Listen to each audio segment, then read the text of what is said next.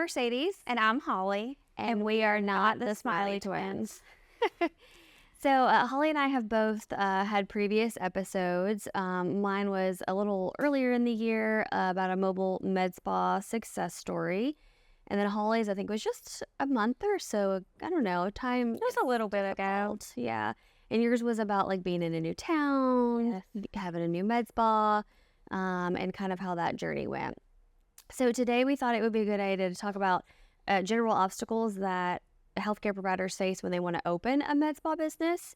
And I know for me, I was like, oh, I'm a nurse. I've used needles. I know how to stab people. This is going to be easy peasy. Wrong. Right. Exactly. So there's just so much more to it.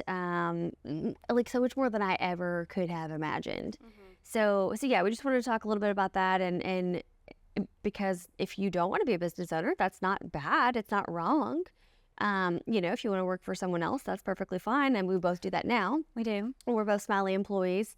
But just being able to kind of get a good idea of what it really entails, I think is really helpful. Yeah. And I think as healthcare professionals, for the most part, we are not taught that entrepreneurial, I guess you don't really teach an entrepreneurial spirit, but there are things that shape that as you go. And in our world, we clock in, we clock out, we take care of our patients, and it's all about that.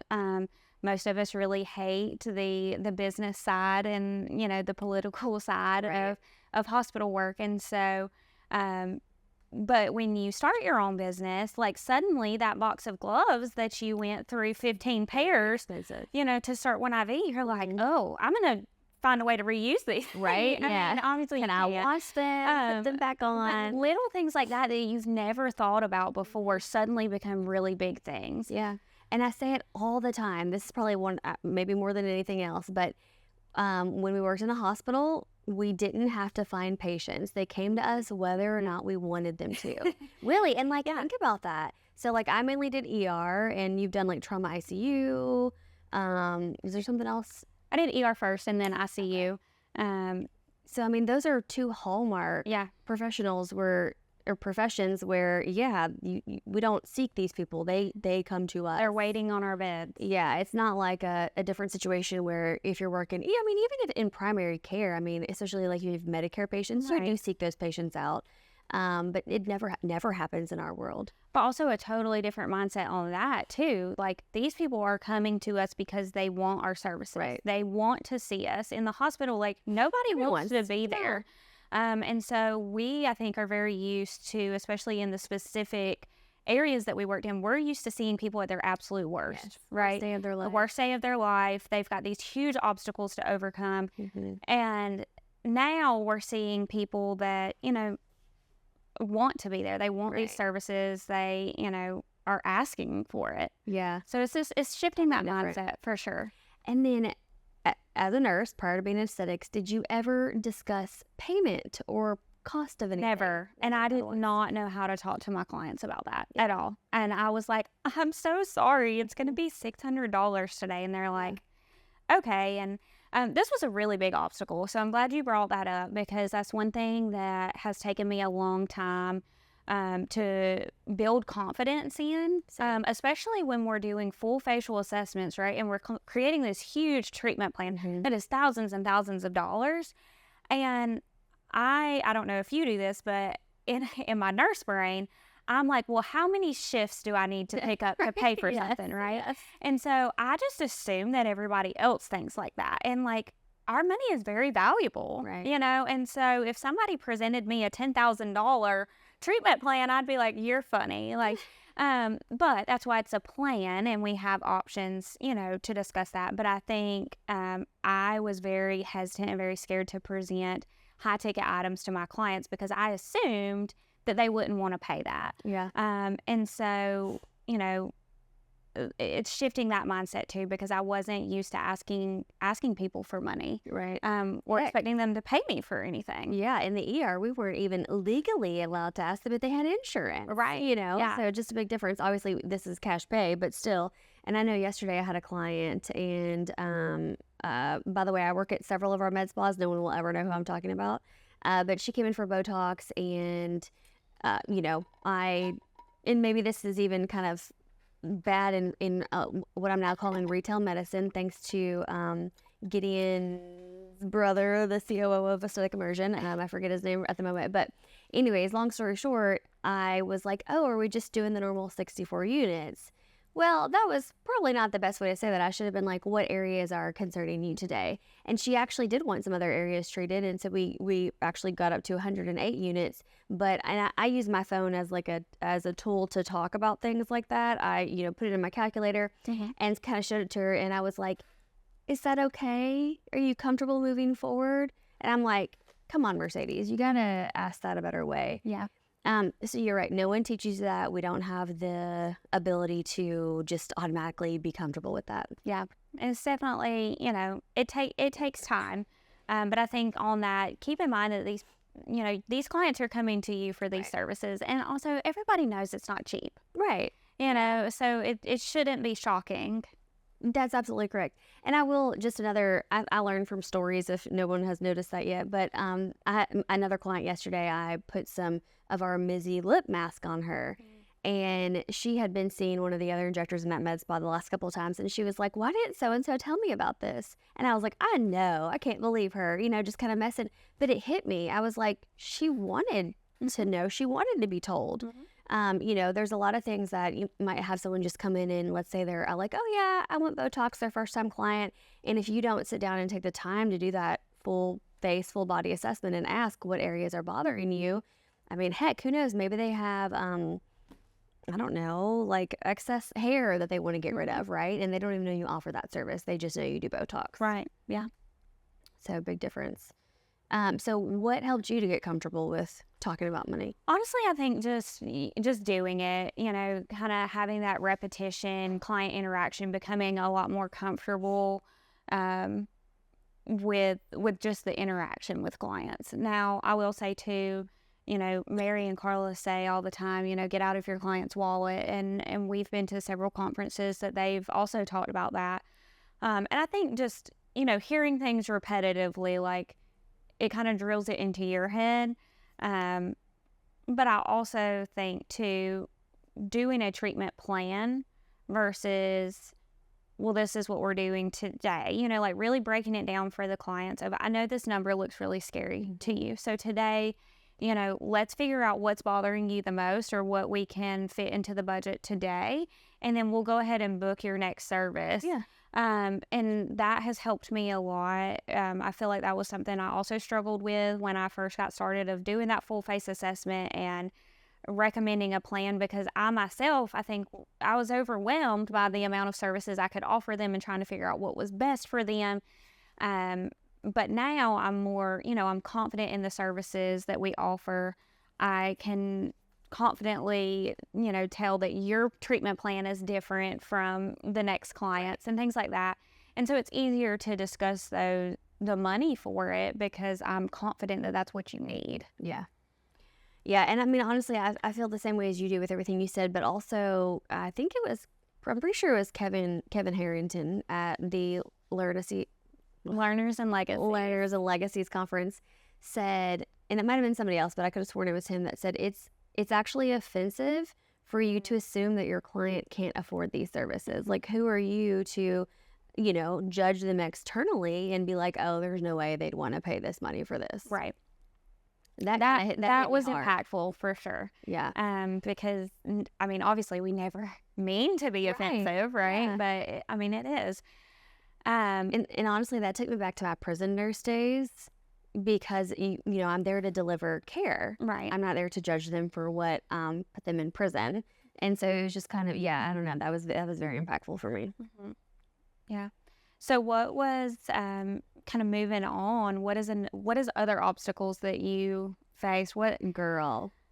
And you know what? We touched on at the beginning. We just didn't elaborate. Okay. Getting clients. They come to us whether or not we want them. Now we're here. We started this business and we're like, well, how do I get clients? Yeah. Where are they? Yeah. And I know that you started in a new town. I did not, but I feel that my situation was kind of unique. And I'm calling all of you guys out, all your friends and family. Not a one of my friends or family wanted me to treat them. Whereas everyone else I knew, that's how they were getting their business started. Mm-hmm. And so, and I did actually look back at my all of my accounts of clients that I saw, and it was like 4 months before someone I knew personally came and saw me. So I had all organic clients. For that reason, yours was because you lived in a new town. I was about to say, I also did not have friends or family to kind of guinea pig as my first clients, because my home state is North Carolina. I live in Georgia, and I knew no one. And so I obviously would have loved to treated my friend, my friends and family, but I had to get very creative on how to, garner new clients. Also, just a public service announcement: it is not a build it and they will come. No. And it's also not a buy the machine and they will come. Yes. And I honestly, like, when I was getting started, I was like, everybody wants these services. Everybody talks about Botox. Everybody talks about lip filler. When I bought the Alpha, I was like, everybody wants laser hair removal. And then it's like, why does nobody want this? And it's not that they don't want it. I think that a big thing is exposure. And I think that is a big obstacle for a lot of our mobile injectors or very small med spas that are just getting started, is because you don't have that massive marketing budget. Right. So you rely heavily on social media, which is fine. And I think that social media is great. However, I think for me personally, small town, I had better success going door to door to businesses, building connections in my community. So like going to local networking events, and you can find those on social media. Or if you can't find one, host one. It doesn't have to be anything fancy. Find local women-owned businesses in your area, or something like that. Invite these people and just get together for a networking event. And that helped a lot, just getting my name out there, since I didn't know people in the area. I feel like today's podcast episode could easily be like, if you hear a legacy in aesthetics, take a shot, because I'm throwing out another one. So Dr. Steve Yolen. Okay. We saw him at an Allergan event, and he talked about how he has no online presence. Period. Zero.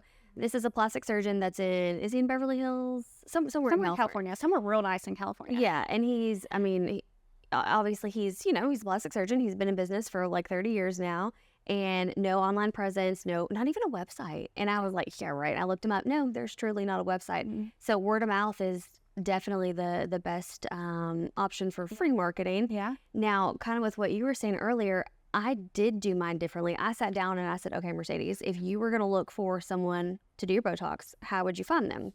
And this is probably unique to my age group. So I'm 36. And I was like, well, I would Google.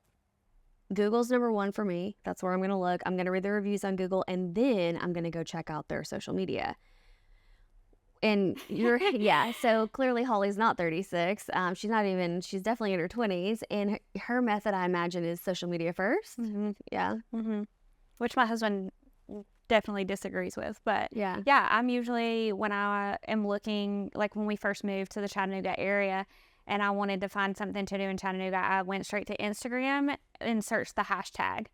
See, somebody taught me that recently. Like one of my young clients, I'm like, how do you even search for locations on Instagram? But I also think too, like knowing from a marketing standpoint, knowing your audience. And so defining who your target audience is. And typically I feel like it ends up inadvertently, your target audience is some people in your age group, right? That's what you know. Ultimately. It's the same things you're dealing with. Now, that being said, med spa clients, I would say usually 20s to 60s. Yeah. Give or take. There's some outliers, but I would say the majority of clients are probably in that age range. And just me and you, like there's not a huge age difference, and just seeing that difference on how we search for things. Yeah. If you think about somebody in their 50s or 60s, they're going to be looking at totally different, areas or, marketing strategies than you do. Right. So I think, defining what you want your target audience to be and focusing hard on that. But also allowing that to expand as you grow. Right. Because once you start developing that, you are going to have more money to put into marketing. And also word of mouth is going to grow too. Yeah. And I mean, obviously, I didn't do this on purpose. Again, I knew I worked with what I knew, which was what I do. But we were talking about it the other day. I do have a really large majority of clients, I would say age 40 to 70. Yeah. That's kind of my group. And again, like you said, I have outliers. I have some younger clients. But the large majority are the older age group. And we talk on the phone. They want to call me, ask their questions, or call me and tell me about their results. So it is very different. But if you tried to call, a client that's 25, you're never going to get an answer. I mean, honestly, if you call me, you're not going to get an answer. I'll text you and be like, hey, I saw you called. Right? So, and kind of like with what you're saying about social media. So, and obviously I don't disagree with anything that Smiley generally teaches about social media. I'm just, giving my experience of how I was able to grow my market. And I did utilize social media. I had a Instagram and Facebook business page, but what I did was I ran ads, and I got exposure through running ads that were, well, what I learned basically is there's two different types of marketing. So there's intrusive marketing, which is I'm scrolling on Instagram. I've never needed to get Botox in my life, but bam, here's the Mercedes at Botox, and she comes to your house. That's kind of weird. Well, what's interesting with that is it takes them seeing that ad 5 to 7 times before they will click on it and reach out to you, which is crazy. It's crazy. And then it takes 7 to 10 times of them seeing their name before they feel comfortable and recognize you as a legitimate business. So I know in the beginning, before I researched and learned about that, I was really discouraged because I'm like, gosh, I've had ads out for 2 days and nobody has booked with me. But when we really do put ourselves in the consumer's position and think about how we look at businesses and what makes us go to them, there is some time that's involved. And then the opposite of the intrusive marketing is, well, probably non-intrusive, I imagine, but it's that I'm ready. I've been researching. I know I want to go. So I get on the Google and I type in Botox near me. And those ads and that type of marketing get a client that is ready to book, ready to go. And it's just and I mean, again, as a nurse, I didn't know any of this. Right. Research my butt off. No, nobody teach you about leads in nursing school. No, absolutely not. Okay, so what about you with marketing? What did you do? So I did not do ads. I did have social media pages for my business. I had Instagram and Facebook. And then honestly, when I started as a trainer, I really kind of amped up my social media presence to try to find us potential models in new cities. And I learned, I did a lot of research for that and kind of learned the algorithms and how to kind of infiltrate these groups, so to say, And so that has really changed a lot for me in my, personal practice of now I know how to search by keywords and, kind of what time of day to post and things like that in some of these groups. And so that actually has gotten a decent bit of business and just recommending, when people ask for a hairstylist, right? Like on the Chattanooga Girls group, right. If somebody asks for a hairstylist, if I comment and support somebody else, then I'm more relevant on that feed. Absolutely. So then I'm going to start seeing more of that. People are going to start seeing more of my stuff. And like you said, nobody teaches you that. No. And it's just kind of things you learn. But I've been amazed at things that ChatGPT can teach me how to do. Oh, absolutely. So before I forget, I just realized your hair looks super cute today. And we've been together way too long today so far for me to just realize that. So that's one. But two is something you just said, clicked in my brain. And I was thinking about how the fact that when we're looking for models for trainings, ultimately, and this is not in a disrespectful or negative way, but that's a different clientele than it is the clientele that we are looking for in med spa clients. So that was a very powerful lesson that I learned early on in my business, is that if I drop my prices to get business, I then garner a different type of clientele. Yes. And they're never going to be the ones that are going to come back to me, 3 to 4 times a year for their Botox, or, looking for other services. They're there for the splurge, the the quick adrenaline rush of, y'all, I just got my lips done. So, and I think for me, an obstacle to get past on that, it was I wanted to be an affordable option for people who wanted these services, but were kind of like in a normal job, like this doesn't have to be a high-end service that you just think about, but you're like, I can never afford. And I was really stuck on that for a long time. And so I didn't want to raise my prices even when my profit margin was not very good, because my prices, I was undercutting myself on profit. Right. And there are a couple things. One, like you said, that's not going to generate the clients that are going to continually support your business. At the end of the day, it is what it is. You're starting your own business. Like, you've got to find a way to support yourself and grow your business, right? You never want your business to be what it is on the day that you open it. You want it to grow. Yeah. And also, like, I really like food. I really like my lights and my heat being on in my house. And, it just is what it is. You gotta pay your bills.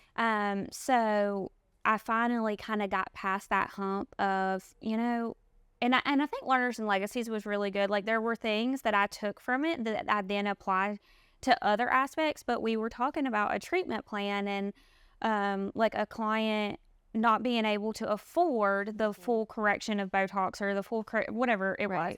And it was like, okay, well, what can I offer this client that they will see a difference with, but fits into their budget? And so the alternative was, they're bothered by static lines and wrinkles. Well, maybe they can't afford filler, but they can afford a good bottle of retinol. Right. And it's like, that will be impactful for them. That will change. And so, kind of changing that, because you have those tools in your toolbox to offer them. You're still making a sale. Right. They're still going to be happy. And if we can give them something that is going to be impactful to them, they're going to come back to you. Yeah. They are going to budget for that. They're going to find a way to continue to improve because they're happy with the results for what they got. And they're going to tell other people about you because you met them where they are. Right. But, say I have I'm just making these numbers up, but say I have a $200 bottle of skincare, or I give them $200 worth of Botox. This is going to be more beneficial to them because they're going to see a more impactful result. $200 worth of Botox, they're going to feel like they wasted their money, and they're not going to come back to me. Absolutely. Yeah. But that's a hard conversation to have with your client. It is. And I love the fact that, because I don't, not like shaming anyone, but I'm sure there are providers that would be like, sure, let me do these 20 units of Botox, and not in a bad way, not because I'm just trying to make a sale, but not thinking about the fact that, what is best for you? And ultimately it takes us back to our roots as nurses. We're healthcare providers. And just because, not every treatment plan or medication out there is right for every patient. Right. And so, I love that. I think about that all the time. Anything else on that specific topic? So I was thinking about, like, and I never mean to be negative about it, but when I started my social media, the push is always like posting regularly, right? Well, when you have 7 followers, that means only your regular 7 followers see you, so just not getting discouraged. And, really just trying to build that following over time. I mean, now I have I'm close to 1,000 followers on my business page, and which is not huge by any means, but it is to where if I place a story with my openings, people see and they're like, oh my gosh, I'm so glad you did that. And they book with me. Whereas in the beginning, it would have just gone to those couple crickets and nothing would have happened. Yeah. So get out there, find ways to garner followers so that you can increase the amount of people that are going to see your things. And ultimately that's only going to help with the algorithm. And also, like, just play the game. And like, when you see these people that their stories are like all these questions, right? Like a poll the audience type of things. How do you know that they didn't make up those questions and they're just answering them?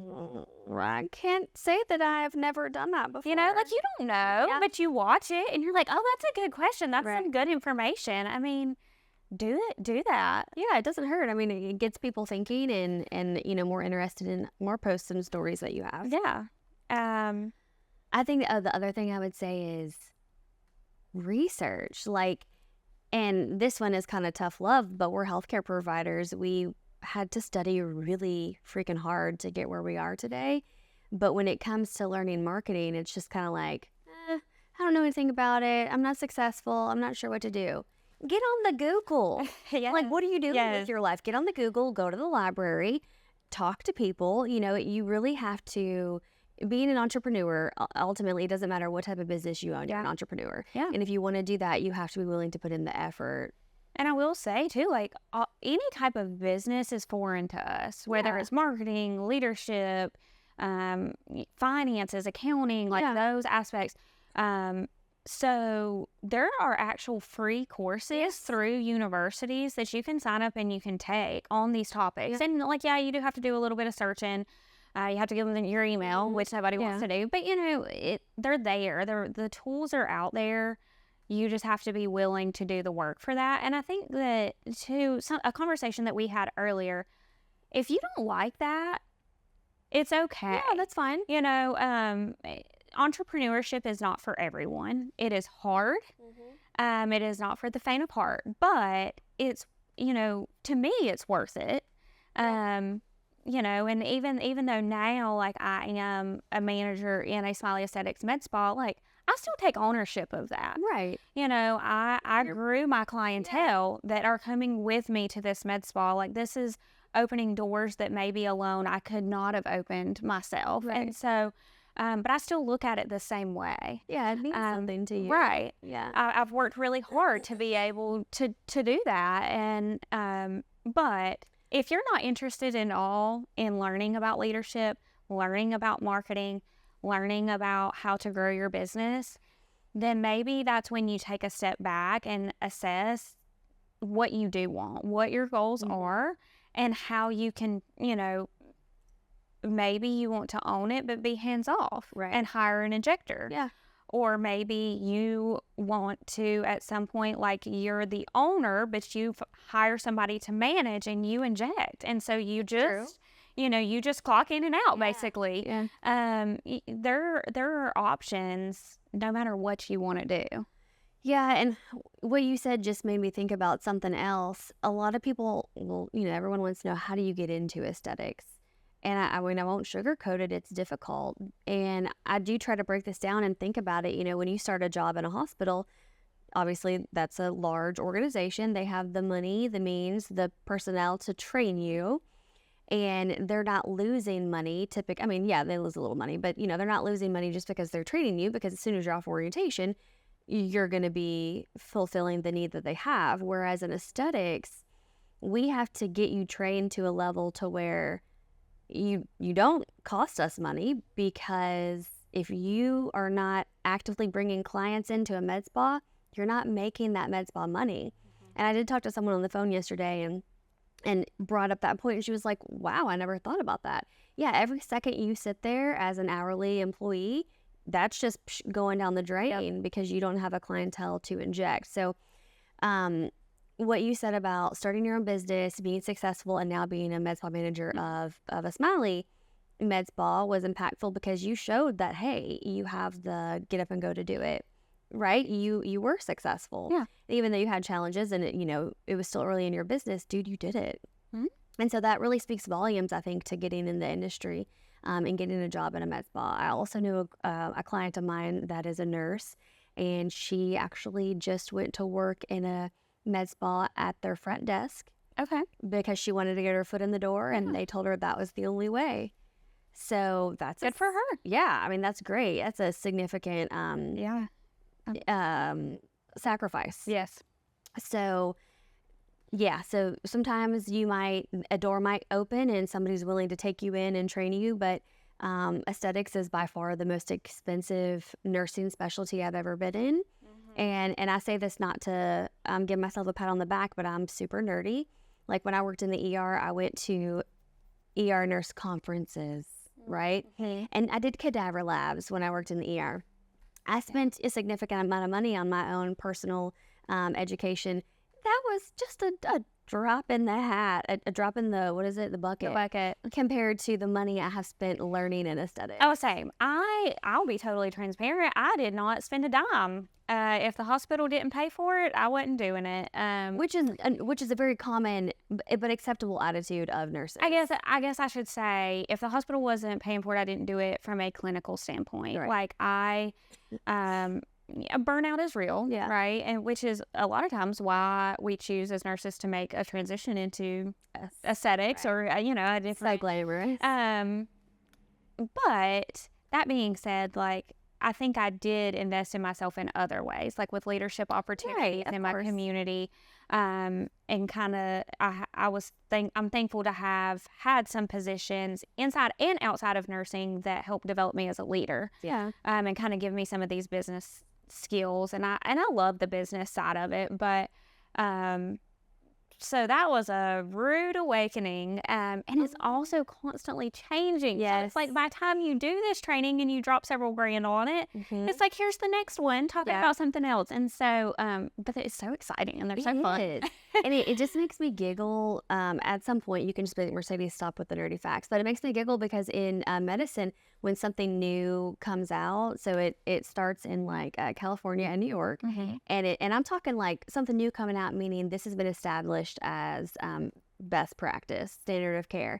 It takes 10 years for it to trickle all the way down to Florida. 10 years for it to be adopted as standard of care. But in aesthetics, I'm like, hey girl, I got this new machine I just got yesterday. I trained on it. You want me to practice on you? Yes, absolutely. Yes. Sign me up. But like I think about the TAVR procedure, which is a wonderful non-invasive procedure for valve replacement. I had patients that I knew that went to Europe to get it done because it wasn't standard here yet. Like that's how long it took. Which, and I'm not saying it shouldn't, but Right. it's just a very different. It's a very different mindset. Very different mindset. So like you said, doing continual trainings, it's a necessity. Yeah, And they're expensive. they are. But it's that investment in yourself. Yeah. And in your patients, or in your clients, whatever we call them. I call them both.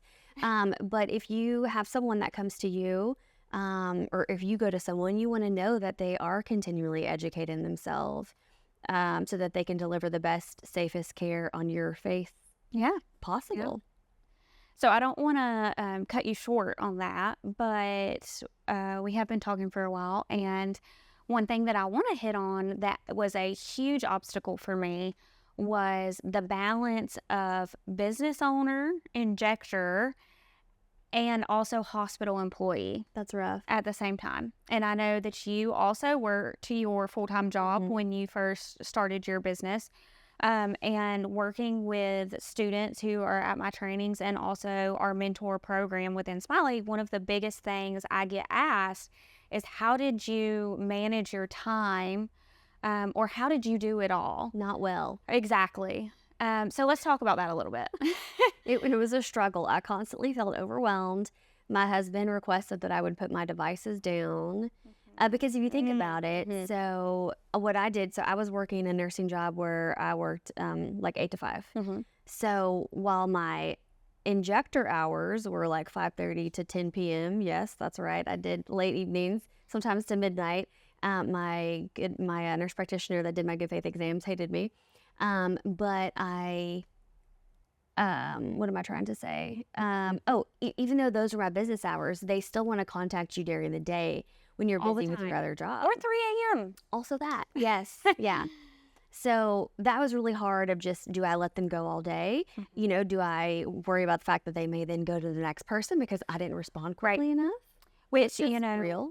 we are told that ideally you want to respond to a lead within 15 minutes. Yeah. 15 minutes. How am I supposed to do that when I'm working in the ICU? Yeah. Or heck, what if I'm in the shower? Right. I mean, what if I'm still asleep at 3 a.m.? Yes. So it's so hard. I think for me, I am very much, in a lot of ways, type A. I like a plan. I like a schedule. And so one thing that I did, because I was a little bit different type of position, I was typically doing 3 12-hour shifts, but I was in the ICU. And so I can't respond to text. I can't respond to phone calls. I mean, there were days where I would lay my phone down at the beginning of work and I wouldn't look at it until 3 or 4 p.m. And to that point too, you said you're pooped. Like, you get home and you're just dead. Yeah. And then you work your 312s, and on your first day off, you're like, I'm a zombie. My brain cannot brain. You don't want to talk to anybody. You just want to lay in bed. And I feel like any healthcare professional can relate to that. 100%. 100%. I call it the nurse hangover. Yes.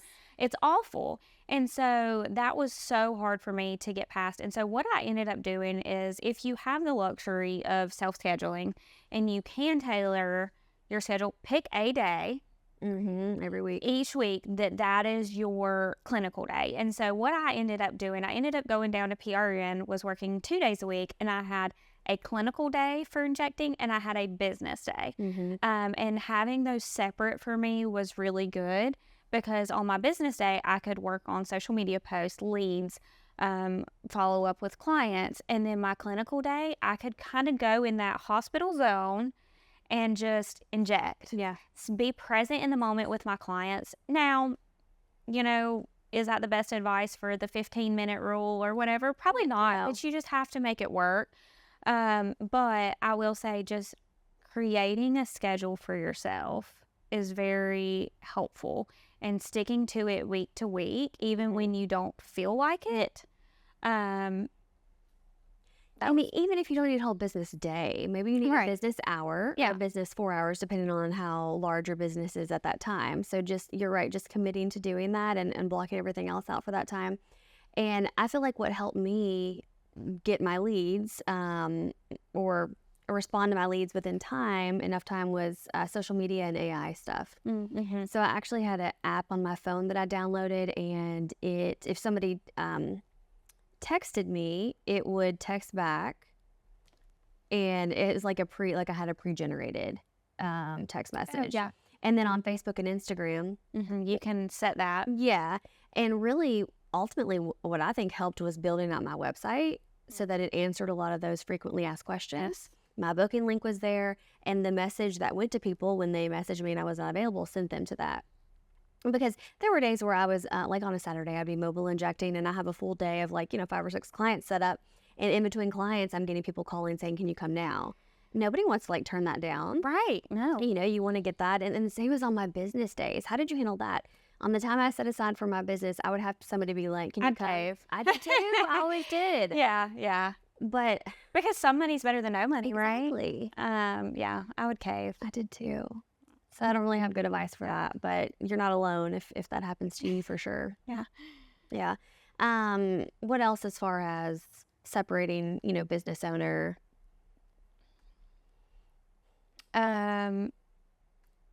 For me personally, this is just a Mercedes thing. I had to have 2 phones. I couldn't have my work and personal phone or things mingle together, because I have to have the ability to turn it off, and my brain won't. So I've done something pretty similar, and honestly, I've done this more recently, is the focus features on the iPhones. And so I very purposefully went and edited the settings for those. And so during the day, it's just regular, whatever, anybody can call or text me. When I'm with a client, though, I do work. And so there are only a couple people that it will allow calls through. And we utilize WhatsApp. So that comes through and my Teams comes through. But anything else does not. So no social media comes through during that time.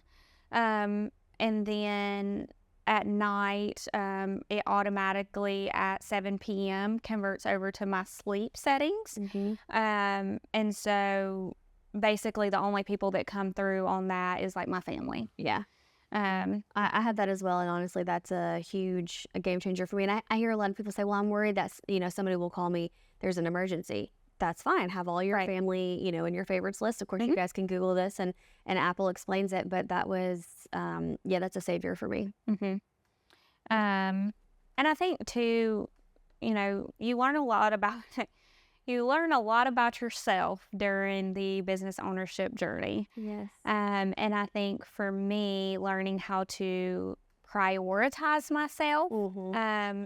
which was a big part of me wanting to get away from bedside. Is I felt bad all the time. I was so stressed all the time. I wasn't taking care of myself. I wasn't doing things that I loved anymore. And I was just like, I don't want to live like this.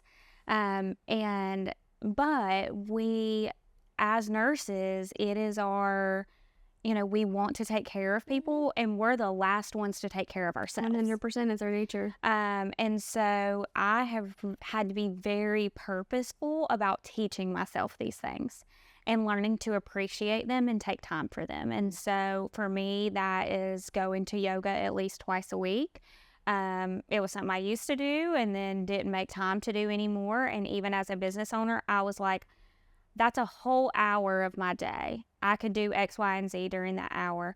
I've changed my diet a lot, not really so much related to work, more, but it's helped. I feel better. And being very purposeful with my time with my family, and things that I plan, and also actually planning things that I like to do and not making excuses to cancel them or not do it because I have a busy day or I need to do this part of the business aspect.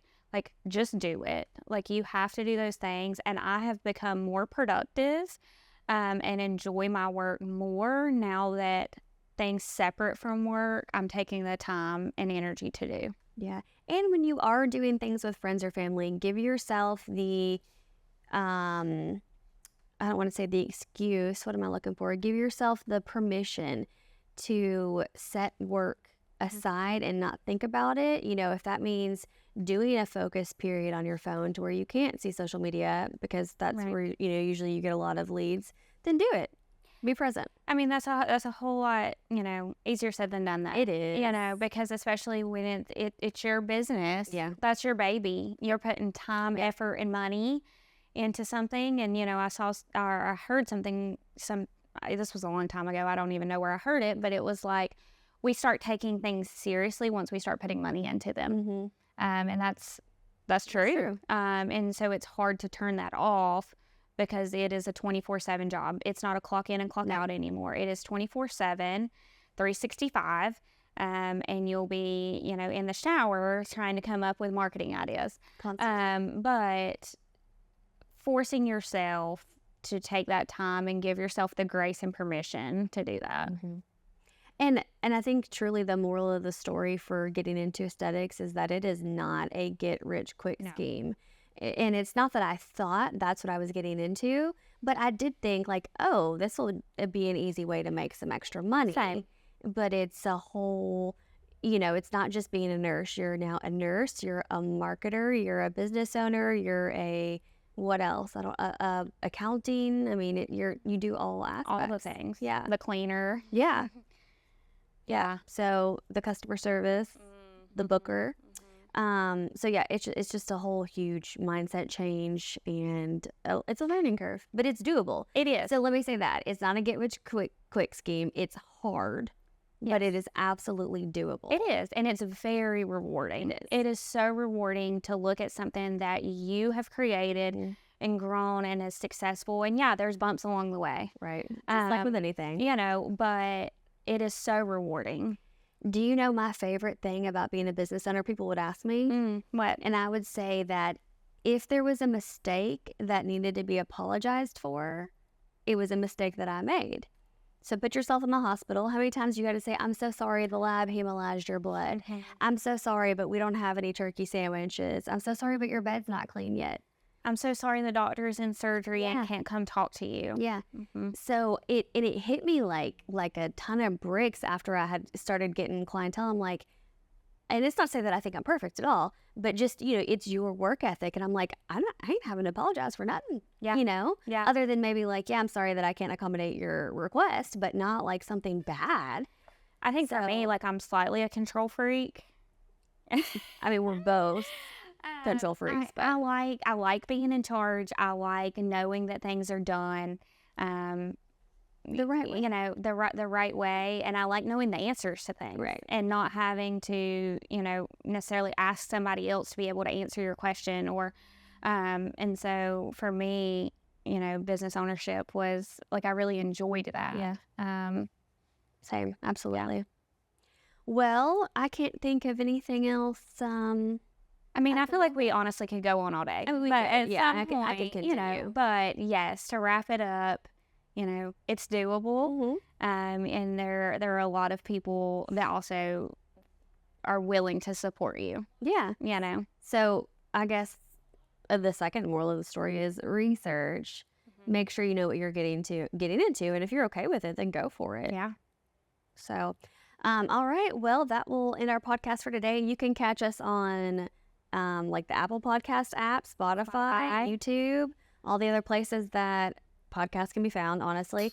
And then don't forget to check out our Patreon. We have some really great injecting videos. And I mean, all kinds of resources on there. There's even about building clinical, your business. marketing, all the things, legal. You know, check it out for sure. Absolutely.